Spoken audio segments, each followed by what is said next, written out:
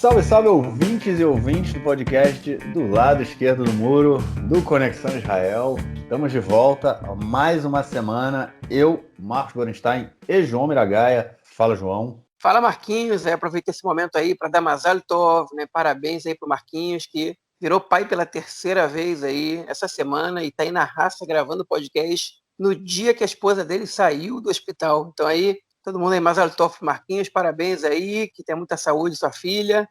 Enfim, vamos seguir nessa aí. Mais um israelense aí para poder ser parte das notícias que a gente conta. Pois é, brigadão e, enfim, agora é que a bagunça começa, né? Uma filha recém-nascida, um filho de menos de 2 anos e uma filha com menos de 4. Vamos que vamos, é respirar fundo e, e vamos que vamos.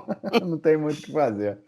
Bom, pelo menos essa semana foi um pouco mais tranquila aqui pra gente, mas eu confesso que, em função disso tudo, não consegui acompanhar absolutamente nada do que aconteceu aqui em Israel. Então, hoje a gente vai ouvir muito mais o João do que eu nesse episódio 87 do nosso podcast. Vamos lá então para o nosso primeiro bloco para a gente conversar sobre os resquícios do último conflito com o Hamas.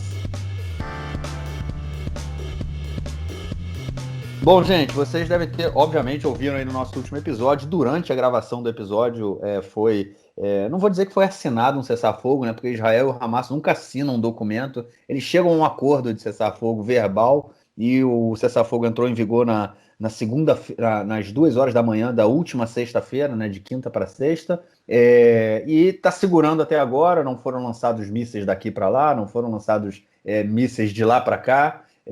Mas a tensão continuou, a gente teve incidentes aí acontecendo também no Monte do Templo, na Esplanada das Mesquitas, né, no Har HaBayit, onde foi um dos gatilhos aí para o início da última guerra. A gente teve também, enfim, conflitos e confusões acontecendo porque a guerra, os mísseis pararam de correr de um lado para o outro, mas deixou cicatrizes muito grandes na sociedade israelense. João, o que mais aconteceu por aí, cara? Na verdade, vamos começar por uma notícia que eu até esqueci de colocar no roteiro, né?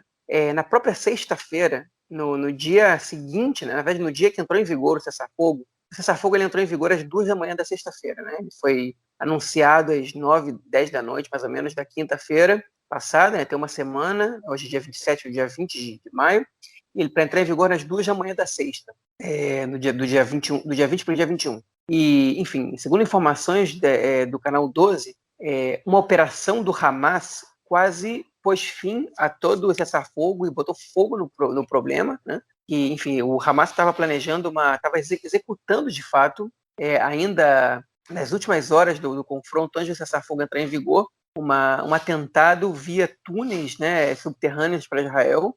E, enfim, o exército de Israel ele conseguiu prever isso, conseguiu detectar a movimentação, explodiu o túnel e evitou que isso acontecesse. E seria, enfim, primeiro que seria, a princípio parece que o ataque seria contra os militares que estavam ali posicionados na fronteira. Podia ter morrido um monte de gente ali, né? E podia ter, enfim, certamente colocaria abaixo todo o cessar-fogo acordado entre as partes, né?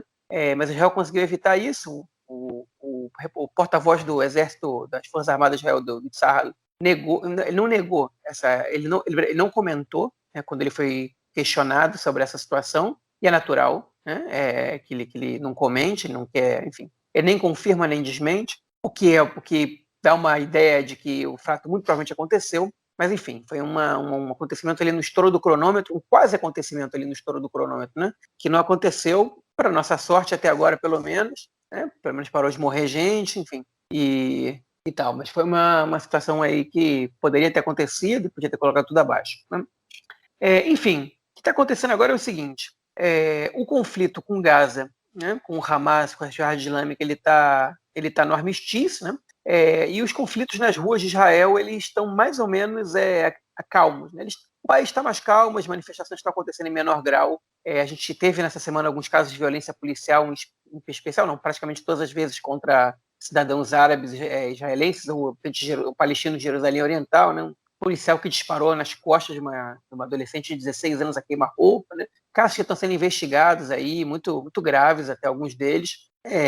mas a situação se acalmou na maioria das vezes. Enfim, algumas cidades como Lod, por exemplo, a cidade não voltou à normalidade, os habitantes da cidade estão temendo como é que vai ser o futuro ali, porque realmente, enfim, os acontecimentos dessas últimas semanas não são facilmente esquecíveis, né? Teve alguns mortos, né? Algumas pessoas linchadas, apedrejadas, enfim, e pelas pessoas que moram ali, né? Não é para um foguete disparado de Gaza, né? Pelas pessoas que moram ali. Então, enfim, então vamos ver qual vai ser a consequência disso, qual vai ser as repercussões dessa confusão toda que a gente viu ali. Enfim, outras coisas que aconteceram, né?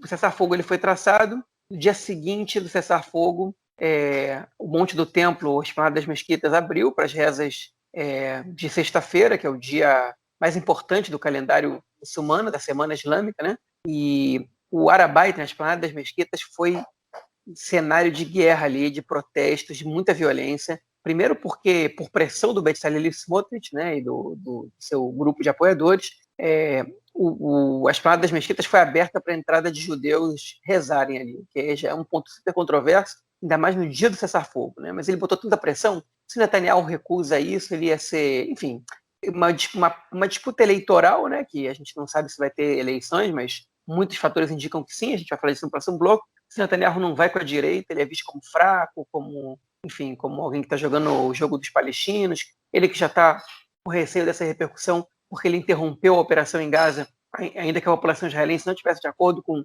que essa operação parasse agora, e ele aceitou isso. Então a primeira confusão que aconteceu foi com os judeus que foram rezar, mas foram poucos. Depois, durante as rezas, os palestinos em si, de Jerusalém Oriental, entraram em confronto entre apoiadores do Fatah e apoiadores do Hamas, um confronto super violento, tem vídeos no YouTube, vídeos no Twitter, né? Que mostra que essa operação, essa guerra agora, toda essa situação, ela vai trazer repercussões a longo prazo para a gente aqui, a médio e longo prazo. Já está trazendo, na verdade, a curto prazo, mas isso não vai acabar assim, as coisas não vão voltar à normalidade muito facilmente.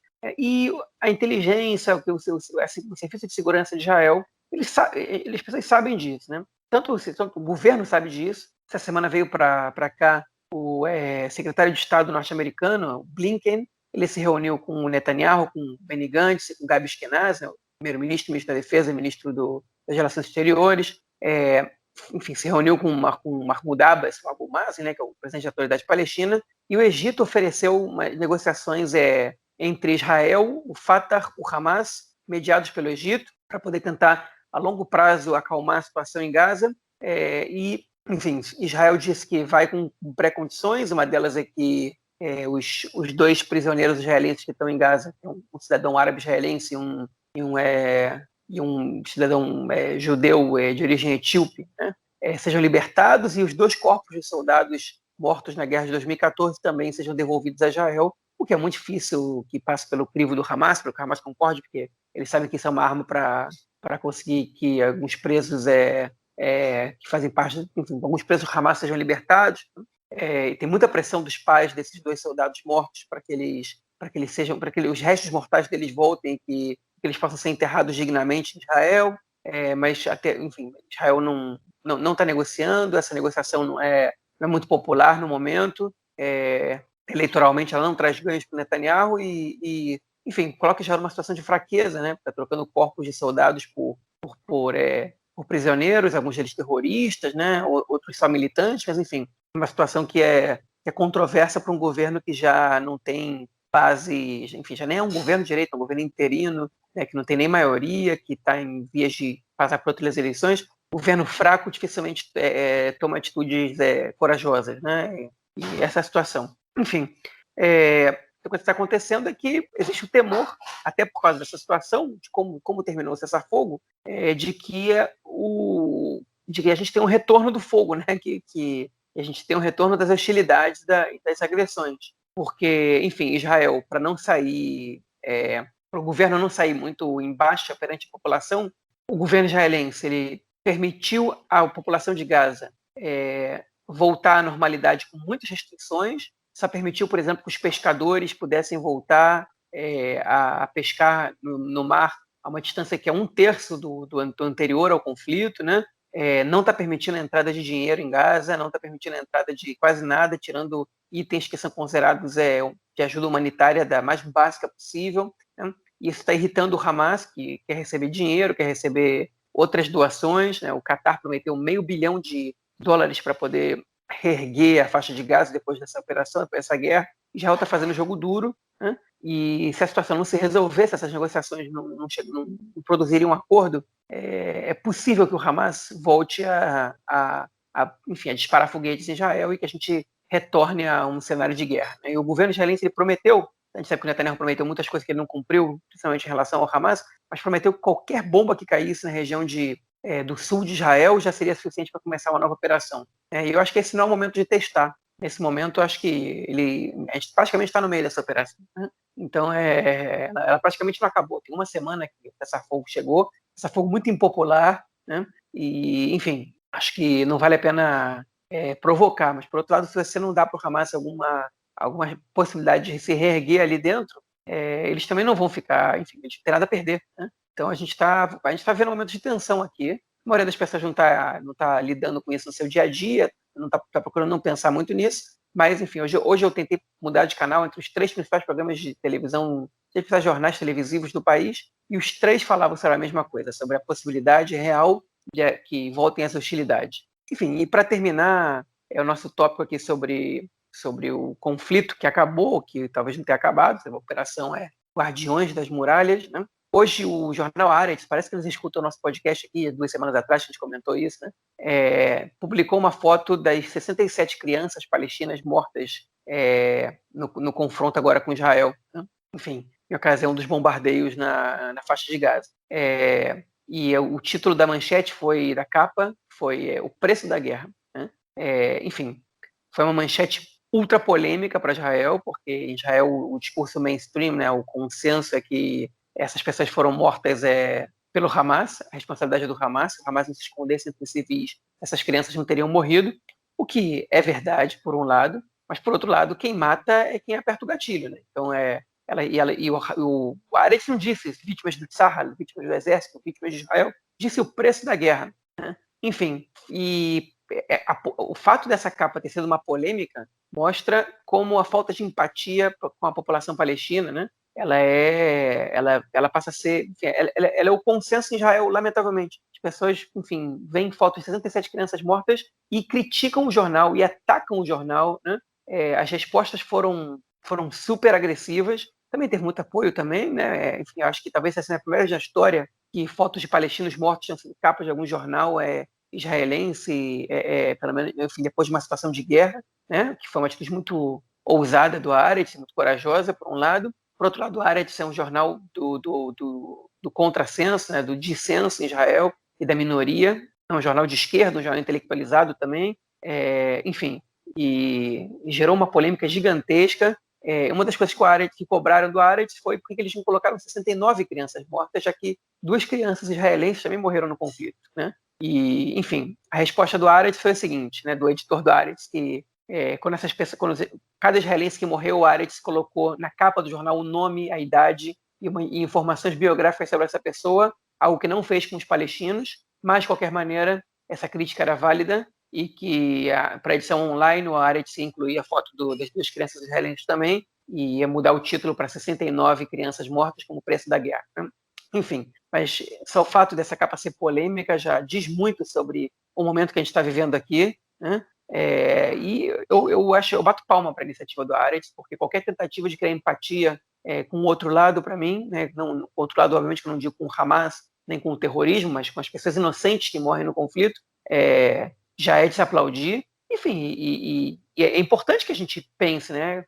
Olha só o que a gente está fazendo, né? O que essa situação está levando a gente a fazer, né? Matar criança. Tipo, onde que matar criança é razoável e justificável? Se o Hamas tem responsabilidade, é óbvio que o Hamas tem responsabilidade. Mas, enfim, a gente não tem que fazer alguma coisa para que a nossa parte da responsabilidade seja menor, ou que o Hamas deixe de ter responsabilidade sobre isso, né? E, enfim, aí depende do que cada um acredita, né? Qual o tamanho da responsabilidade de cada um. Mas que o resultado dessa situação é terrível e a gente tem muito o que fazer para que essa situação não volte a acontecer, para mim isso é um fato que devia ser conhecido e aceito por todo mundo. Lamentavelmente não é. O que eu acho mais interessante dessa capa é. Primeiro, eu fico feliz do pessoal do Ares estar ouvindo nosso podcast, né? Eles devem ter alguém falando em português lá, trabalhando com eles. Brincadeira. Mas, enfim, eu acho que o mais legal o mais interessante, né, o mais importante dessa capa toda, além da empatia que você colocou, é da gente questionar que é a quarta guerra, né, desde 2009. A gente teve 2009, a gente teve 2012, a gente teve 2014 e agora a gente teve 2021. Isso a quarta operação grande, né? Mas a gente teve aí no meio, entre elas, né? Troca de foguetes daqui e dali, principalmente o pessoal ali que mora ao redor de Gaza sofre muito, não só com os foguetes, mas também com o morteiro, né? Lembrando que o morteiro eles não têm nem tempo de correr. O morteiro solta, 5 segundos, 10 segundos depois o morteiro já está caindo, não toca sirene, não toca nada. Então é uma coisa bem, bem preocupante. Então a gente teve isso nesse período. Não é que de 2014, da última guerra, até agora 2021, não houve absolutamente nada. Sempre há conflitos e sempre que houve também a questão dos balões incendiários, né, que saem de Gaza balões com tipo coquetel Molotov preso, e quando o balão cai, ele cai nos campos ali ao redor de Gaza e incendeia tudo, né, principalmente porque muitas vezes os balões são lançados na época do verão, né? Lembrando que aqui a gente tem 6 meses de seca, a gente está nesse período agora, não chove de jeito nenhum aqui em Israel, então fica tudo muito seco, então tocou fogo, queima tudo. Ou seja, é constante ali. O pessoal de Gaza, que mora ali ao redor de Gaza, também vive isso constantemente, né? Então, eu acho que o mais interessante dessa capa toda além da questão da empatia, é a gente poder refletir, né? E aí, essa política do governo Netanyahu ao longo desses últimos 10, 12 anos, que é de gerenciar o conflito e a cada determinado período aceitar, né, que pessoas vão morrer do lado de cá e principalmente do lado de lá, ou a gente tem que buscar uma resposta diferente, ou a gente tem que buscar uma solução definitiva para o conflito. Né? Lembrando que, como a gente comentou também aí nos últimos podcasts, apesar do Fatah, né, que ainda de uma certa forma controla pedaços da Cisjordânia, ele colabora com Israel, ele rejeita o terrorismo, ele aceita a solução de dois estados e ele é completamente abandonado, marginalizado, né, pela política do governo israelense, dando força total ao governo do Hamas em Gaza, né, que é sempre quem, através da força, do uso da força, consegue as suas vontades, né, o que eles desejam. Lembrando que nos últimos anos entrou como a gente comentou também, mais de US$ 1 bilhão, né, vindo do Catar na faixa de Gaza e não para a Cisjordânia. Então, eu acho que o mais interessante dessa capa é a gente pensar realmente nessa questão do preço da guerra e se a gente não tem que mudar um pouco essa visão, não só pela questão, não só a empatia, mas também, vamos tentar fazer alguma coisa diferente, porque esse negócio de a cada alguns anos a gente voltar para a guerra não está dando certo. Bom, vamos então passar para o nosso próximo bloco para a gente falar da política israelense essa semana. Bom, acabou a guerra.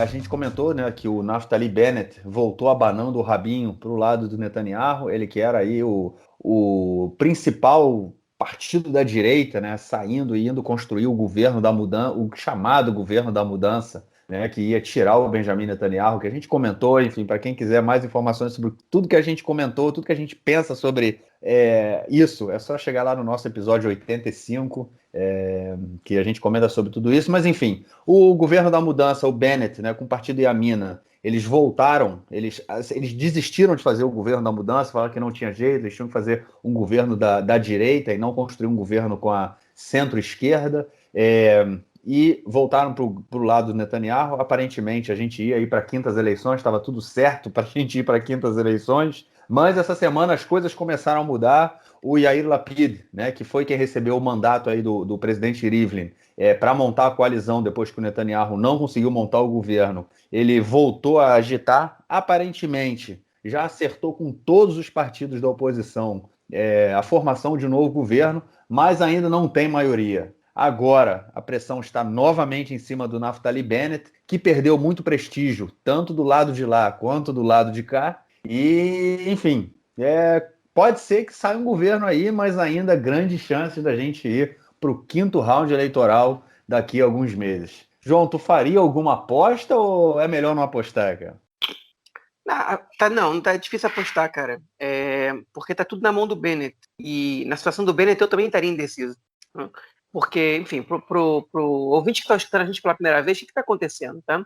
Teve eleições em Israel, o Netanyahu não conseguiu formar a maioria, ele foi com 59 deputados, ele precisava de 2 a mais para formar governo. Ele não conseguiu, principalmente porque um dos partidos da base dele, de extrema-direita, se recusou a fazer governo com o Partido Árabe. Né? E aí o Netanyahu passou as 4 semanas que ele teve, ele devolveu o mandato para formar o governo para o presidente deu para o Yair Lapid, que foi o segundo partido mais votado. E Lapid está reunindo com partidos de centro, de esquerda, de direita e com esse Partido Árabe, né? Que não se enquadra exatamente nessa definição, para tentar negociar esse governo. E o Lapid assumiu, o governo estava quase fechado, né?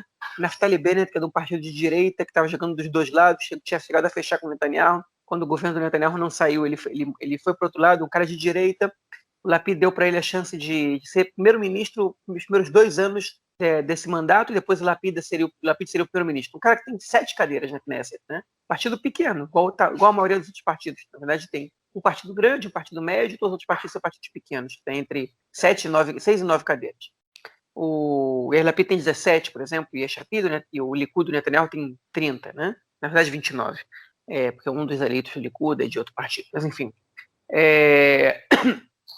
Então, o Naftali Bennett ele teve essa chance na mão, e aí começou toda a jogada de incitação, de provocação para que as contradições aparecessem entre a esquerda e a direita, entre os árabes e os partidos de direita, até que explodiu o conflito e ficou um pouco inviável o Naftali Bennett fechar um acordo de coalizão no meio de uma guerra com o Hamas, tendo um partido árabe islâmico, né, na coalizão. Então o Bennett parou as negociações, quando estava tudo fechado, os ministérios estavam divididos, né, praticamente, cada partido ia receber já tinha entrado em acordo que cada partido ia receber, mais ou menos, e o Bennett rompeu as negociações. Se demorasse um dia a mais para começar o conflito, talvez o governo tivesse saído. Mas, enfim, e aí terminando o conflito, o Lapid voltou a negociar. E aí o Bennett ele está jogando dos dois lados. Né? Por quê? Porque claramente ele está sendo muito atacado pelos eleitores de direita, que são os eleitores dele. Né? Ele em algum momento achou que ele podia se estabilizar como um candidato de centro-direita, né?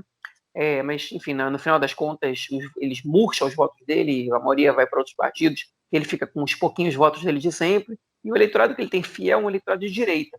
Né? Ele pode tentar, no máximo, ser o herdeiro do Netanyahu. Ele tem medo, porque ele sabe que, por um lado, ele pode ser primeiro-ministro agora, que é uma coisa que ele não vai conseguir, que é uma possibilidade que muito provavelmente ele não vai ter outra vez. Né? Foram 14 primeiros-ministros na história de Israel. Né? É difícil demais ser primeiro-ministro do país. Muita gente tentou muitos anos e não conseguiu. Enfim, ele tem 7 cadeiras, na verdade 6, porque um dos deputados da base dele já disse que não vai aprovar o governo junto com os partidos de centro, de esquerda e esse partido árabe. Né? O resto da base dele não está muito satisfeito, então ele tem que trabalhar para convencer a base dele, mas ele já tinha quase chegado a convencer. Ele tem essa oportunidade, que ele pode ser primeiro-ministro. Né? Então, assim, ele está entre trair os eleitores dele e poder colocar o seu futuro em risco para ser primeiro-ministro de um governo no qual ele não vai poder realizar tudo que ele quer, porque é um governo que cada um vai ter sua exigência. Né? Hoje, por exemplo, uma das exigências do Bennett é fazer uma reforma na justiça. E hoje o Benny Gantz, né, ele disse que ele botou como exigência dele para entrar nesse governo que ele tenha poder de veto a qualquer coisa relacionada à justiça. Ele falou, eu abro mão do Ministério da Justiça, mas eu quero poder de veto. Se forem fazer alguma reforma aqui que eu acho que é uma afronta à democracia, eu quero ter poder de veto. Então é difícil que o Bennett ele consiga sobreviver politicamente a esse governo no futuro, eleitoralmente. Só se ele fosse muito bom primeiro-ministro. O problema é que ele ser primeiro-ministro já tira dele a possibilidade de receber outros ministérios importantes, né? E de poder monopolizar questões importantes, porque você tem que prometer para outros 5 partidos, né? Um deles é o Yesh Atid, que tem 17 cadeiras, uma série de ministérios, alguns deles importantes, a maioria deles importantes, né? E lugar em comissões e atender a demandas, né? Por exemplo, como é que você vai fazer um governo popular para a direita construindo assentamentos, né, na Cisjordânia, num governo que tem um partido árabe, que é o Uram, o Meretz, que é o partido de esquerda, o Avodá, que é o partido de centro-esquerda, o partido trabalhista. É difícil eles entrarem em acordo nessas questões. Né? Hoje, o líder do Meretz, o Nitzan Horowitz, ele disse que eles chegaram a um acordo sobre a política econômica já. Política econômica, eles chegaram a um acordo, provavelmente eles vão para o lado de aumentar a dívida pública para poder compensar a crise que o país está passando, né? A política de austeridade ela não é uma política eficiente no momento desses, o que, enfim, parece uma política de esquerda em geral, né?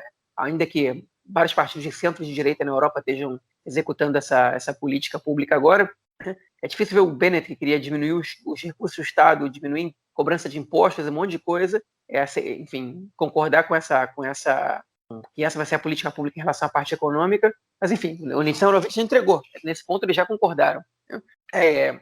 Mas tem outros pontos que eles ainda não concordaram, como a relação entre religião e Estado, como a política em relação aos palestinos, né? E outras coisas mais. Enfim, então o Bennett para ele vai ser um pouco difícil ser um primeiro-ministro popular, pelo menos para o seu eleitorado. Por outro lado, se ele se volta ao Likud, ele sempre vai ser visto com desconfiança, como alguém que pode trair o movimento uma segunda vez, porque ele realmente está negociando com o Lapid, está negociando com os dois simultaneamente, né? E a saída que o Netanyahu deu para ele foi a seguinte: eu incorporo o teu partido ao Likud, eu dou 6 cadeiras para vocês entre os 30 primeiros do Likud, né? E eu te dou o Ministério da Defesa e o Ministério da Justiça, né? Para esse número 2 dele ficar feliz. E mais um outro ministério que você quiser, menor. E o Bennett ele tá vendo, bom, ou ele se apaga mais uma vez sendo ministro de uma pasta super importante, que é o Ministério da Defesa, mas sabendo que o Netanyahu vai ter ele no bolso e que ele vai perder sua independência, né, que ele vai estar dentro do Likud, ou ele tem a chance de ser primeiro-ministro e jogar enfim, a popularidade dele ou a relação dele com o eleitorado, fazer isso entrar em risco, né, muito grande, e também ter o risco de ser o primeiro-ministro que não conseguiu fazer nada. A primeira coisa que fez foi tirar o Netanyahu do poder, o que não é exatamente popular para o eleitorado de direita de Israel, né? Então, realmente é difícil saber o que vai acontecer, porque a mão coça, né, para ser primeiro-ministro. Outra coisa que ele pode fazer é não fechar com nenhum dos dois lados e falar vamos para eleições. E as pesquisas mostram que ele não ia sair muito vitorioso nessa situação. O Bennett é um cara que ele tende a começar bem nas pesquisas e depois cair. A pesquisa do Canal 12 deu para ele 8 cadeiras, que é uma mais que ele tem hoje, né? Enfim, se ele cair mais que isso, ele vai para baixo da cláusula de barreira, praticamente. E o Canal 13 deu 5 cadeiras para ele, né? Que é tipo, enfim, 4 é o mínimo que você pode ter para passar a cláusula de barreira. Então, é muito difícil saber o que vai acontecer. Eu acho que o Bennett ele deve estar agora atordoado, está tendo um monte de manifestação dos militantes do partido dele, na frente da casa dele, na frente da casa da Elia Tshaked, que é a número 2 dele, botando pressão para que eles desistam de fazer o governo com Yair Lapid. Alguns estão botando pressão para que eles façam esse governo. Ainda não teve confronto na frente da casa de nenhum dos dois, mas a maioria do eleitorado dele está contra ele fazer governo com o Lapid. O negócio é que o Netanyahu hoje não tem governo para apresentar. O Gideon Sa'ar voltou a afirmar que ele não vai sentar com o governo com o Netanyahu. Não vai. Se ele vai manter essa promessa até o fim, a gente não dá para ter certeza, mas ele está sendo, até agora ele está mantendo, ele está cumprindo essa promessa dele. E, enfim, então a situação ela vai se arrastando, faltam 6 dias para acabar o tempo do Lapid, e ele já fechou o acordo dele com todos os partidos, menos com o partido do Bennett, no Yamina. Então ele tá só esperando. O Chaim Levinson, jornalista do Haaretz, ele disse hoje no programa dele de rádio, na rádio pública, que se ele fosse o Yair Lapid, ele chegava para a Knesset e falava, temos governo, e levaria para votação. E veria o que o Bennett vai fazer. Porque se o Bennett vota contra, ele está votando contra ele ser primeiro-ministro.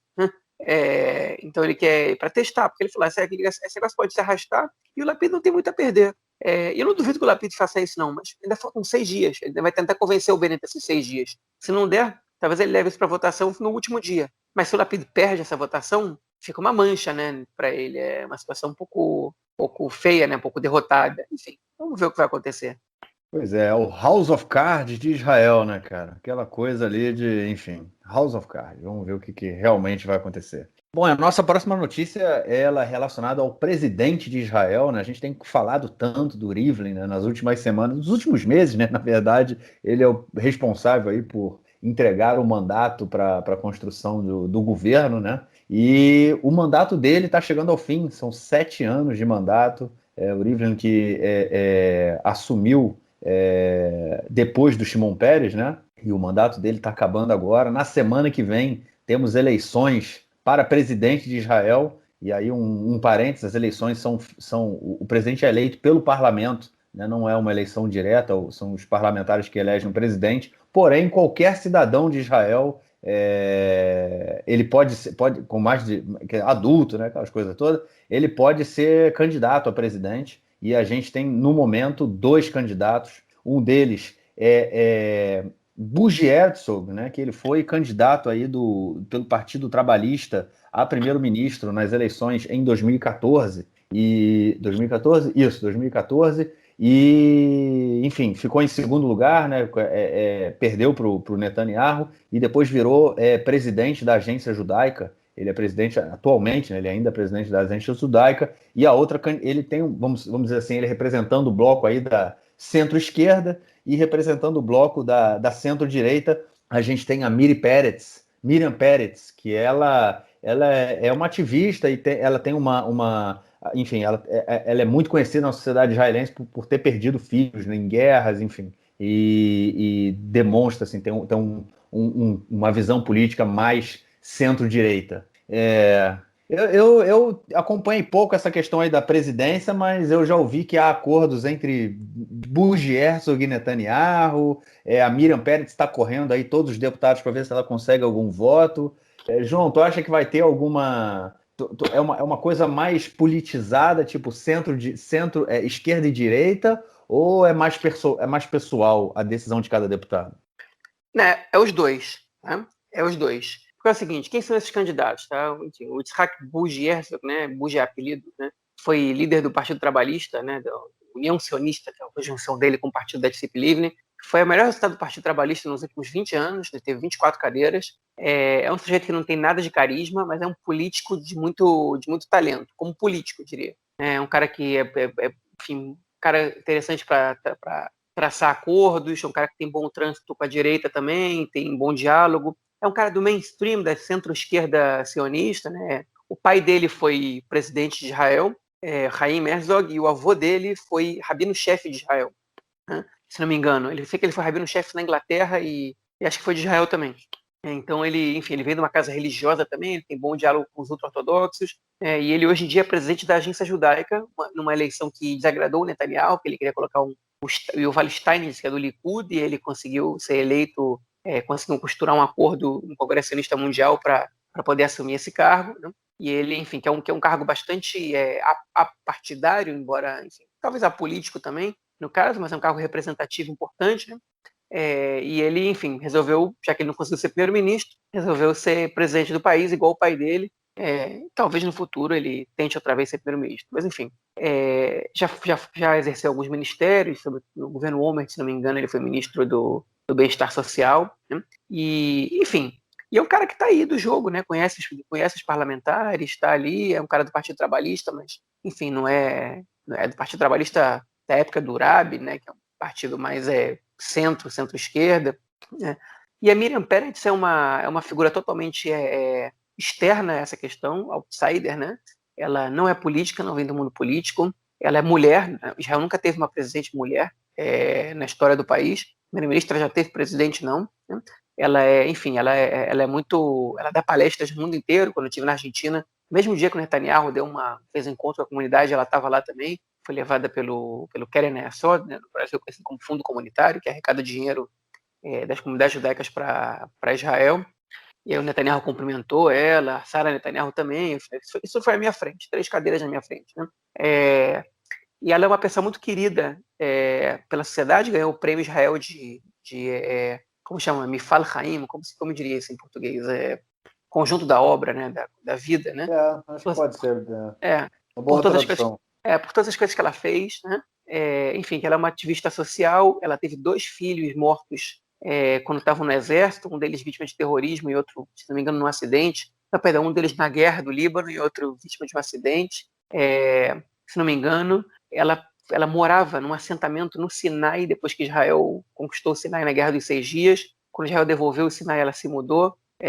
Enfim, o assentamento dela todo saiu de lá e foi reconstruído ali na fronteira com a faixa de Gaza. E hoje em dia ela mora em Givat Zev, que é um assentamento ao norte de Jerusalém. Ela é identificada com a direita de alguma maneira, mas ela não é super politizada, nem aparece fazendo campanha para ninguém, né? É uma família de origem oriental, ao contrário do Herzog, que é europeu, da Europa Ocidental, né? O pai dele foi rabino na Inglaterra. A Miriam Peretz é de família, se não me engano, marroquina, né? Enfim, são dois perfis muito diferentes, um político profissional, uma pessoa que é, enfim, uma figura da sociedade, mas nada politizada, não nada politizada, perdão, mas nada envolvida com o meio político, politizada obviamente que ela e bastante, até porque interesse em ser presidente também tem a ver com o grau de politização dela, ainda que o presidente não seja um cargo enfim, político-ideológico no país, né? E estamos aí nessa disputa. O que estão dizendo é que o Herzog deve ganhar de lavada, porque ele é um voto secreto, né, para presidente, ele não é um voto aberto. Se fosse voto aberto, a Miriam Peretz provavelmente ganharia, porque os deputados da direita iam ter vergonha de votar no Bugui Herzog. Mas como ele é um voto fechado, o Herzog, enfim, ele sabe que ele tem bom trânsito com muita gente ali, ele é um cara que sabe jogar o jogo enfim, se acredita que ele vai ganhar de lavada essa votação. Mas a gente não sabe, porque um voto é secreto, qualquer um pode fazer o que quiser, né? Os ultra-ortodoxos se acredita que eles vão votar no Herzog, mas nenhum partido declarou apoio a nenhum candidato, com exceção do Partido Sionismo Religioso, que declarou apoio na Miriam Peretz. São 6 deputados, ou 7, talvez, com esse que está no Likud. Enfim, é um cargo que, em geral, não tem tanta importância, pode vir a ter, né? Poucas vezes na história teve. A primeira vez que esse cargo teve alguma importância foi quando o próprio pai do Bugui Herzog, ele deu indulto para o líder, para uns agentes do serviço secreto do Shabak, por terem cometido um crime. Eles tinham sido julgados e condenados, ele deu indulto, disse que em nome da segurança nacional eles iam receber esse indulto, mas em geral o presidente tem uma tarefa muito pouco política, ele tem muito mais social, né? O Shimon Peres e o Rivlin resgataram um pouco a imagem do presidente, porque os dois últimos presidentes, o Ezer Weizmann, ele foi acusado de corrupção durante o momento que ele exercia a presidência, e o Moshe Katsav, que foi o presidente anterior ao Shimon Peres, ele foi durante o mandato dele, ele foi condenado, ele foi acusado, ele renunciou, e depois ele foi condenado à cadeia por estupro de mais de uma pessoa, né? Então o Shimon Peres, ele resgatou um pouco a honra do cargo, né? A importância e a pureza do cargo. Ele foi criticado pelo Netanyahu muitas vezes, porque o Netanyahu acusava o Peres de ter estabelecido um segundo Ministério do Exterior, né, na presidência, e o Rivlin mudou totalmente. O Rivlin entendeu que ele é presidente de Israel para dentro, ele tentou aproximar todas as diferentes tribos da sociedade israelense de alguma maneira. A cidade estava muito rachada, ele, enfim, tentou aproximar as pessoas e ele teve um relativo sucesso, mas não total. Ele, que é um cara do Likud, termina a sua presidência odiado pela direita, especialmente pelo Likud, mas muito querido pela esquerda, de alguma maneira querido pelos árabes também, né?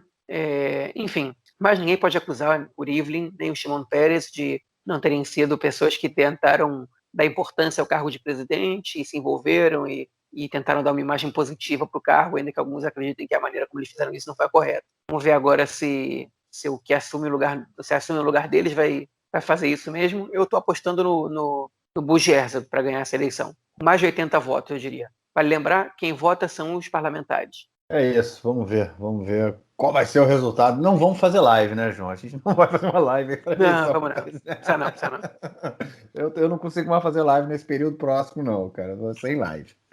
Tempo de live, eu vou dormir, cara.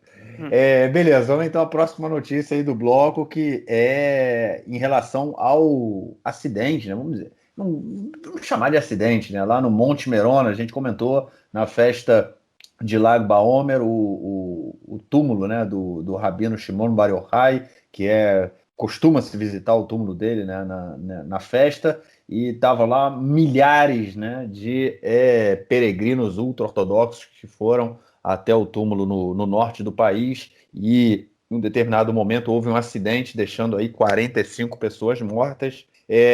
Nessa semana na semana passada, começou a se discutir a formação, enfim, né, começou a se discutir a formação de uma comissão de investigação. Inicialmente, o chefe da polícia tinha dito que deveria ser formada uma comissão investigativa que deveria ser encabeçada por um juiz, né, para evitar interferência parlamentar. Só que, aparentemente, na semana passada, o que foi acordado era que a comissão ia ser formada por pessoas indicadas, inclusive, pelo Ministério do Interior, né? O Ministério do Interior, que é chefiado pelo Ari Ederi, que é ultra-ortodoxo, que foi uma das pessoas que aprovou a realização do evento, e outra pessoa também, outra indicação também seria feita pelo Ministério da Segurança Pública, que também aprovou a realização do evento, que o ministério é chefiado pelo Amir Ohana. Ou seja, os dois ministérios deveriam ser investigados, né? Qual foi a atuação desses ministérios para que o evento acontecesse, porém eles também indicam pessoas para a comissão investigativa. João, se for isso mesmo, a chance de terminar em pizza ou em falafel é muito grande, né, cara?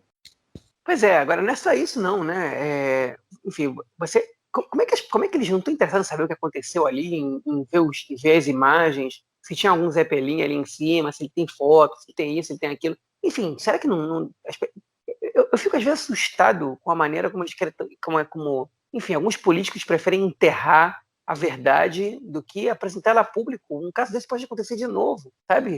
Enfim, você está querendo bloquear a investigação, né? Eles falam, não, a gente não quer bloquear a investigação, a gente quer fazer uma investigação diferente. Eu escutei hoje no rádio o deputado Simcha Rothman, do Partido Sionismo Religioso, dizendo que ele não confia na justiça, ele quer uma investigação como se fosse uma CPI, né? É uma investigação parlamentar. Mas os deputados estão cada um querendo defender o seu traseiro, né? Vamos dizer assim. Então, enfim, situação patética, né?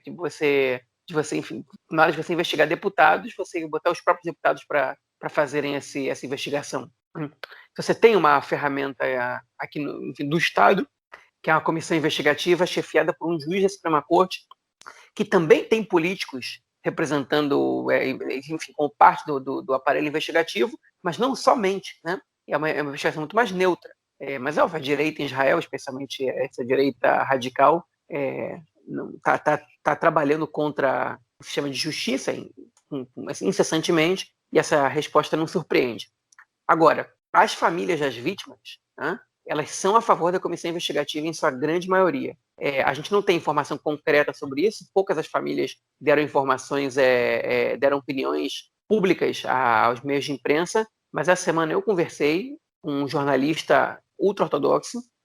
Tem vítimas que não são ultra-ortodoxas também, mas a grande maioria das vítimas são ultra-ortodoxas, e eu conversei com um jornalista, que eu não vou citar o nome porque ele me deu uma informação em off também. Ele me disse que a grande maioria das famílias está interessada na comissão investigativa mesmo Larcy, né, que é chefiada por um juiz e não pela parlamentar, porque eles querem justiça para os seus familiares, né? Então, enfim, isso vai ter pressão em algum momento, mas algumas pessoas não vêm a público dizer isso com medo de represálias que eles podem vir a sofrer nas suas próprias comunidades, né? O mundo ultra-ortodoxo é muito protecionista, inclusive a gente vai falar disso no próximo último tópico desse bloco, né? E, inclusive, já vou passar para ele direto depois dessa fala, mas enfim, e a situação por enquanto está travada.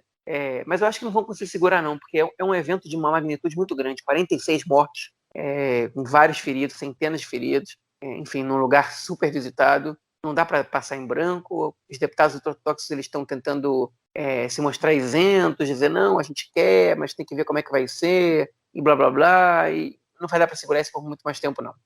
Mas, enfim, já engato esse na próxima questão envolvendo política e partidos ultra-ortodoxos, né? O ex-ministro da Saúde, Yaakov Litzman, né? Ex-ministro da Saúde e atual ministro da Habitação, ele foi finalmente, a investigação sobre ele já estava há bastante tempo aí sendo realizada, né? E algumas informações tinham chegado na imprensa, na mídia, e ele foi hoje indiciado pelo procurador, pelo Avihai Mandelblit, né? O procurador-geral do governo, né? Yoetz Mishpatim Memshalti, que diz em hebraico, enfim, por 2 casos, por conflito de interesse, né, e por tem uma palavra que é leve para suborno, né? Tanto que ele não foi indiciado por suborno, mas tem uma palavra que chama shibush, né? Que é como se fosse um suborno mais light, né? Enfim, mas que a pena é menor. Os casos eles quais são? O mais importante deles, na verdade, o outro envolve o refeitório da Knesset, se não me engano, um café que ele favoreceu de alguma maneira um parceiro, um amigo no negócio. Mas o caso mais importante é um que ele escondeu, ocultou e tentou trabalhar para que uma mulher ultra-ortodoxa australiana, que estava sendo acusada na Austrália de pedofilia, ela não fosse acusada e que pudesse ter guarda, que Israel pudesse dar para ela o direito de ficar aqui e se esconder enfim, se proteger da acusação, né? E ele foi acusado por conflito de interesse, nesse caso, né, e também por tentativa de suborno, mas não exatamente suborno, porque é uma coisa, como eu expliquei, menor. Mas, enfim, ele vai ter direito agora a um shimmua, que ele se explicar, e se caso a justiça decida, ele vai ser indiciado formalmente, como foi o Netanyahu,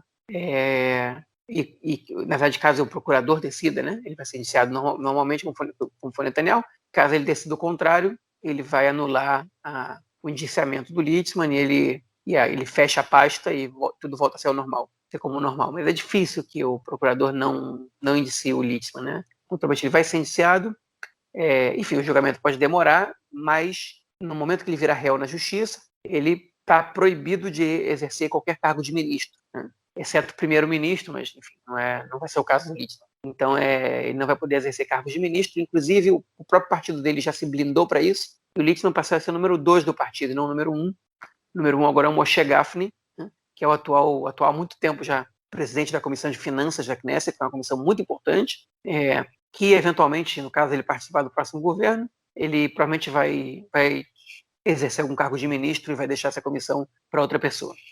Bom, vamos então aí a mais uma notícia, a última notícia aí desse bloco para a gente comentar, a situação do corona aqui em Israel, né? A gente há muito tempo não falava do corona, mas na próxima terça-feira, dia 1º de junho, a chamada Tav Yarok, ou a etiqueta verde, ela vai ser cancelada. É isso aí. Quem não sabe o que é a etiqueta verde, eu vou explicar rapidinho. Durante esse período que começou a vacina, né, a gente obviamente tem uma parcela muito pequena da população com mais de 16 anos que optou por não se vacinar. Na verdade, hoje, a população de Israel é um pouquinho mais de 9 milhões, e total, né, incluindo aí crianças, né, crianças, vamos dizer, com menos de 16 anos, e a gente tem mais de 5 milhões e 200 mil 5 milhões e 100 mil, desculpa, que já tomaram 2 doses da vacina, e mais de 5 milhões e meia que já tomaram pelo menos uma dose da vacina.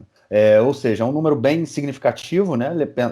Pensando aí que a gente tem cerca de pelo menos 25% da população do país, ela se encontra aí nessa faixa etária que não pode tomar vacina, ou seja, quase a totalidade da população israelense com mais de 16 anos tomou a vacina já, a vacina da Pfizer e as 2 doses. Então, desde que a gente começou esse período de vacinação, muitas atividades foram voltando ao normal, né? Só que somente para as pessoas que têm aí essa etiqueta verde, que apresentam um documento, né, que é oferecido pelo Ministério da Saúde, mostrando que tomaram as 2 doses da vacina ou que também ficaram doentes e se curaram. Porque quem se curou não necessariamente, não precisa, não é obrigado, enfim, em nenhum espaço é obrigado, mas quem se curou não precisa tomar a vacina, é indicado que tome uma dose. Eu, por exemplo, tive o corona em julho do ano passado e tomei uma dose da vacina, então eu sou curado e vacinado, mas tem gente que prefere não tomar e não precisa tomar. E é nesse momento, agora a partir da terça-feira da semana que vem, todas as atividades em Israel elas voltam a funcionar completamente 100% para todo mundo, né? Ou seja, a gente não precisa mais apresentar essa etiqueta verde para entrar em restaurante, os cinemas já abriram aí para toda a população, o que é um ponto muito positivo. Lembrando que, lembrando não, né? Informando que nesse momento aqui em Israel, dado de hoje do Ministério da Saúde, a gente tem 428 pessoas doentes de corona. João, no momento, né? O corona ficou para trás, né, cara? Pelo menos hoje. Se vai continuar para trás, a gente não sabe, né? No momento, o corona ficou para trás. É uma frase que é estranha dizer, né? Mas é isso. É do passado. No momento, o corona é passado, né? Pois é, estamos vivendo a vida sem corona aqui em Israel. Essa é a verdade. Salvo a entrada de pessoas no país a partir de semana que vem e as máscaras em lugares fechados. E está sendo debatido se vai continuar ou não. Todo o resto das nossas vidas não é mais influenciado pela processa do corona. Eu mesmo, que já fiquei de quarentena várias vezes, já não fico há um tempão, já perdi o medo de ficar de novo. Meus filhos, pelo menos, né? Eu não fico mais, que já estou vacinado. Enfim, daqui a pouco eu vou começar a vacinar os adolescentes também. Está quase certo que a vacina vai poder ser aplicada entre adolescentes de 12 a 15 anos, que são as pessoas, enfim, que são a nova etapa, e já estão fazendo testes em crianças de 5 a 11 anos. E estenderam também o prazo Enfim, quando a gente tomou a vacina aqui em Israel, a gente ganhou um prazo de 6 meses de validade da vacina. E eles estenderam esse prazo para 1 ano, uma vez que ficou comprovado que os anticorpos eles duram de maneira bastante significativa por um ano. Ou pelo menos esse foi o resultado dos primeiros vacinados, eles apresentam grande quantidade de anticorpos e não estão se contaminando depois de 1 ano de vacinados. Então, só no ano que vem as pessoas devem começar a tomar a terceira dose da vacina, que provavelmente vai ser uma vacina tomada anualmente aqui em Israel, pelo menos por um bom tempo, não sei se para sempre, mas por um bom tempo. Mas é isso, Israel concordou com ser a cobaia da Pfizer e foi uma boa cobaia, né? A Pfizer deve estar satisfeita com isso, até porque Israel pagou caro em cada dose, né? $30 em cada dose. Já comprou mais 10 milhões de doses para serem aplicadas daqui a pouco tempo e funciona. Então, se alguém tem alguma dúvida aí, ninguém morreu de vacina aqui em Israel. O máximo que teve foi reação alérgica. Ninguém virou jacaré. Ninguém virou jacaré, pois é. Absolutamente ninguém morreu por causa da vacina e ninguém que foi vacinado morreu também. E a contaminação em Israel se reduziu drasticamente, mas de uma maneira impressionante. Vale lembrar que há 2 meses a gente chegou a estar perto de 10 mil. 2 meses e meio a gente estava com 10 mil contaminados por dia. E ontem a gente teve... 2 meses e meio? Fim de fevereiro. Não. Isso foi 10 mil, não. 10 mil foi lá em setembro, outubro do ano passado, antes da vacinação. Não. Janeiro, fevereiro. 10 mil por dia? Não, perdão. Isso foi em janeiro, né? Antes do terceiro lockdown. Janeiro a gente chegou a ter 10 mil no dia. Durante, né? Até que ele começasse a funcionar. 10 mil por dia em janeiro, fevereiro a gente estava na faixa dos 4, 5 mil, até o fim de fevereiro, e agora a gente está tendo 17 contaminados por dia, que é um número, enfim, irrisório, muito pequeno, né? E vem decaindo. Ontem foi 17, ontem foi 28, né? Já não morre mais quase ninguém. O Marquinhos falou assim, 400 contaminados ao todo. Todas as cidades e povoados de Israel estão verdes segundo aquela sinalização. E na última semana, 2/3 das cidades israelenses registraram sequer um contágio, né? Enfim, as pessoas estão aí no Brasil escutando a gente, devem estar com inveja, e é para ficar mesmo, porque, enfim, se tem uma coisa boa para a gente elogiar no governo Netanyahu, e realmente boa, e realmente tem que elogiar, foi o esforço que ele fez para trazer as vacinas para o país, para que Israel fosse essa cobaia da Pfizer, mesmo pagando mais caro. Eu acho que é um preço que se justifica em todos os fatores. Espero que a economia já voltou ao normal, né? O desemprego em Israel chegou a 25%, já está em 8%, 7,9%, ou seja, já melhorou muito a situação do país, né? E sem contar, obviamente, as vidas, que é o preço mais caro, né?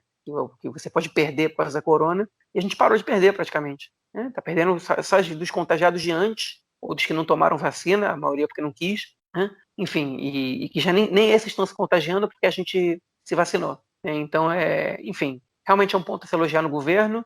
É interessante que Israel tem um bom sistema de saúde construído lá atrás, pelos governos, enfim, pelo antes da criação do Estado, principalmente, mas pelo Berkat Nelson, né, que eram grandes ideólogos do Estado e ligado à esquerda sionista. Mas, enfim, tem que também elogiar o Netanyahu pelo que ele fez, o que ele fez, o que ele faz melhor mesmo. Ele é um cara bom de propaganda, ele é um cara bom de papo, um cara bom de fazer relações públicas. Ele encheu o saco do CEO da Pfizer até convencer ele de vender para Israel essas doses. O CEO da Pfizer disse, Netanyahu teve uma semana que ele me ligou mais de 30 vezes, né? Enfim, bom, para isso serve o primeiro-ministro, esse é o papel dele, que outros primeiros-ministros aí no mundo e presidentes aprendam essa lição, né? Vale a pena investir na vacina, vale a pena investir na ciência, né?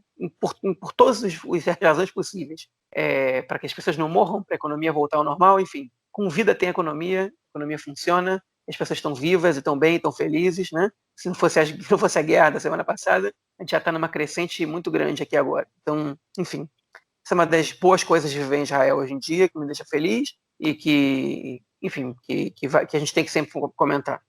É isso. Vamos então passar para o próximo bloco para ouvir o comentário do camarada Nelsinho Burri. Manda aí, Nelsinho.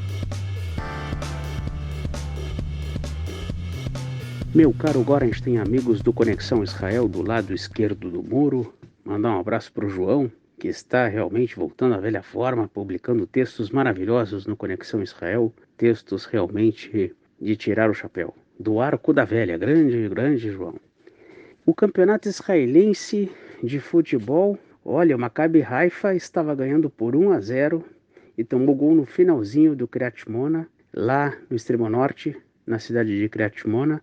Esse 1-1 tirou o doce da boca do Maccabi Haifa. O Maccabi Haifa iria comemorar o título Com aquela vitória que estava parcial por 1-0, tomou o gol aos 43 do segundo, e com aquele empate caiu a vantagem de 4-2 pontos para o Maccabi Tel Aviv.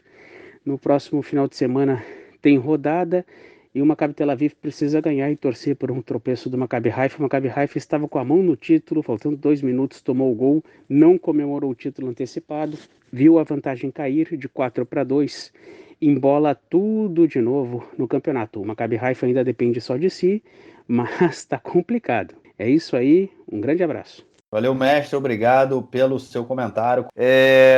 João, algo mais a declarar ou a gente fica por aqui, cara? Eu vou dormir, cara. Vai lá, precisa dormir mesmo, eu também vou descansar agora. E é isso aí. Essa semana provavelmente vai aparecer uma surpresa aí para os ouvintes. E não vou adiantar mais nada, não. Porra, agora até eu fiquei com água na boca se eu não soubesse, né, na verdade. Eu teria ficado com água na boca se eu não soubesse a notícia. Bom, então a gente fica por aqui, gente, e na semana que vem, quinta-feira, a gente grava o próximo episódio com as notícias fresquinhas, possivelmente já com o resultado eleitoral aí do presidente e, quem sabe, com informações também sobre a construção ou não, né, do próximo governo de Israel.